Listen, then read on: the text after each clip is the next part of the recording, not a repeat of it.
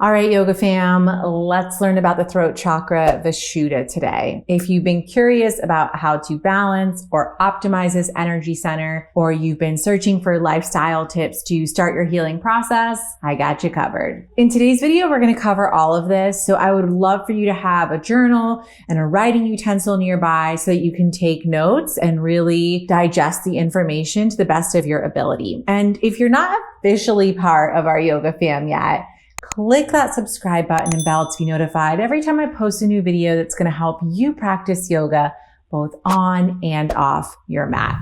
Something I'm really passionate about. Okay, so what I'm going to share today are some of the same teachings that I share with hundreds of our incredible members inside the Body, Mind, Soul studio and at our biannual Body, Mind, Soul Detox Challenge, where I equip and empower you with on and off the mat tools so you can build a holistic yoga toolkit and then break free from self-defeating BS and reclaim your wholeness. Essentially, teaching the chakra system is kind of sort of my thing. Now, if you're new around here and you're like, what are these chakras? I want you to watch these videos here and here that are going to introduce you to this system, as well as commit to these 2 chakra challenges that are available for free here on my YouTube channel. They're community favorites. All of these are great resources to begin your on and off the mat yoga journey. To get started, let's learn some key throat chakra basics and really lay the foundation. So the Sanskrit name is vishuddha, which means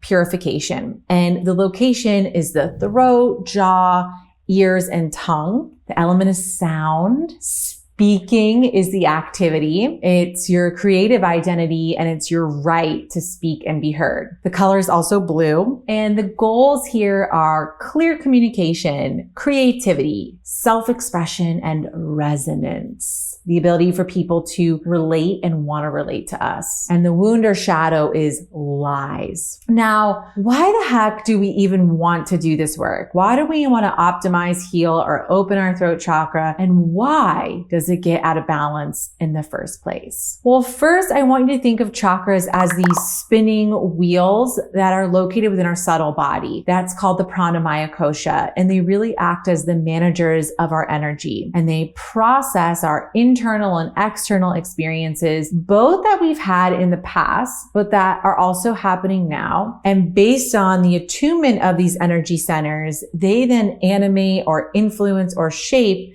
our physical, emotional, and mental bodies. That's a lot, but it'll sink in, I swear. And so chakras really operate in one of 3 states: balanced, excess, or deficient. And the deficient or excess states really develop at large because they're coping or defense mechanisms based on childhood programming, experiences that happened enough that now they've turned into adult ways of thinking, feeling, and being. And when we commit to working with the chakra system, the goal is really to understand, okay, what state is this chakra in? Why is that? What happened? And what lifestyle practices or adjustments can I make to return to a sattvic balanced state? So speaking of balance, let's learn about throat chakra balance qualities so you and I know the direction that we are wanting to move towards, right? So balance characteristics are number 1, you're able to speak clearly,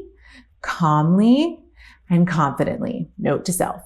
You're able to express yourself freely. You can actively and athletically listen to others as well as your own innate wisdom. You really give yourself permission to live creatively, truthfully, and authentically. And when you do this, it naturally results in resonance or people being attracted and drawn towards you as if you're this magnetic being. You're not afraid to share your story because you know when you share your story, not only is it helping others heal, but also yourself because you're being witnessed and heard. And lastly, when you're balanced here, you openly share your dreams and visions with others. You're proud of them. So that's balanced. Let's look at deficiency, or when a chakra is offline or contracted. And these are teachings from my teachers, 𝗪𝗓𝗪 and Ashley Turner. So number one, when you're deficient, remember you're contracted. You have a weak, airy, or pinched sounding voice. Often people here are self-conscious, shy, quiet, and they feel like they need to hide.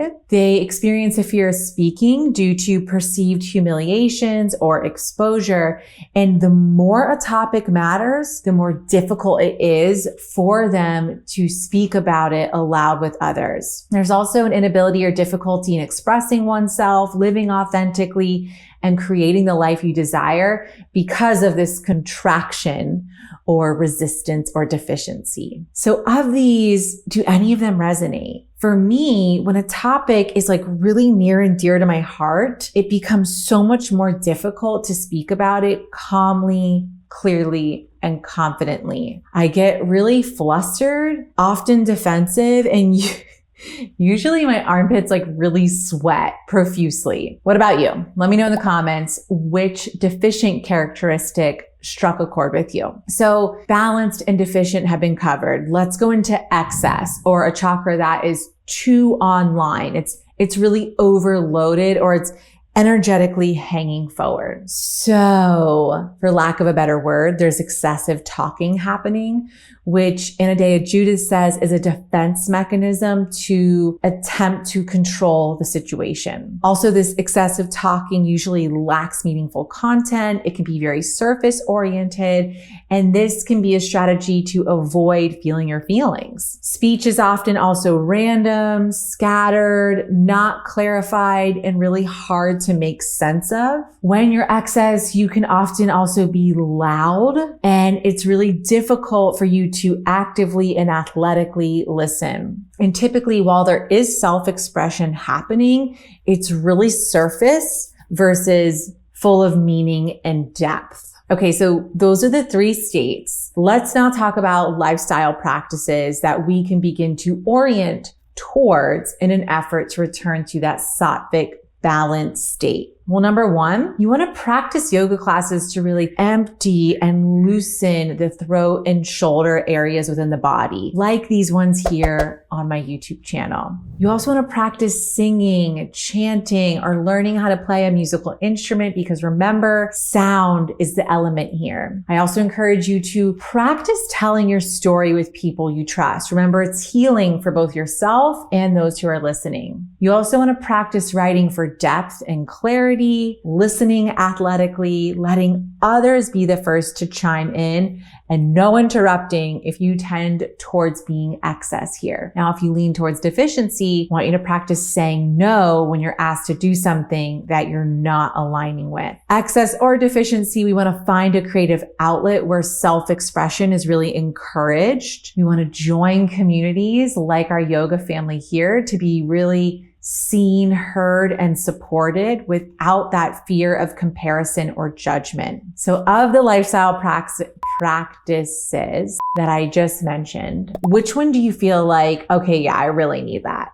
For myself, I love chanting mantra and singing. So these are two things I would really like to prioritize for that on and off the mat throat chakra balancing. So a lot of information that covers it though. If you enjoy this off the mat style of yoga, I really recommend and encourage you to download my Yoga Reset Guide. It's a 7-step journey through the chakra system to help you start building that holistic toolkit. And it includes on-the-mat yoga classes, energy aligning exercises with mudras and mantras and meditations, affirmations, and self-reflection journal prompts. It's a very approachable way to build that toolkit and begin working with the chakras today. Details to get that guide in your inbox, in your hands, and working with it are in the description below. Now, if you enjoyed this off the mat lesson, give me some feedback. Let me know by hitting that thumbs up, sharing what you learned today in the comments, maybe sharing it with a yoga friend that you know is interested in the chakra system. And again, let's make it official if it's not already. Hit that subscribe button, okay? Thanks so much for being here. I love people that are interested in going beyond the pose with me. And now that we have this basic understanding of the throat chakra, the real work begins, fam. And that work is taking what we've learned here off the mat or off the screen or off of our notebooks and applying it into our daily lives.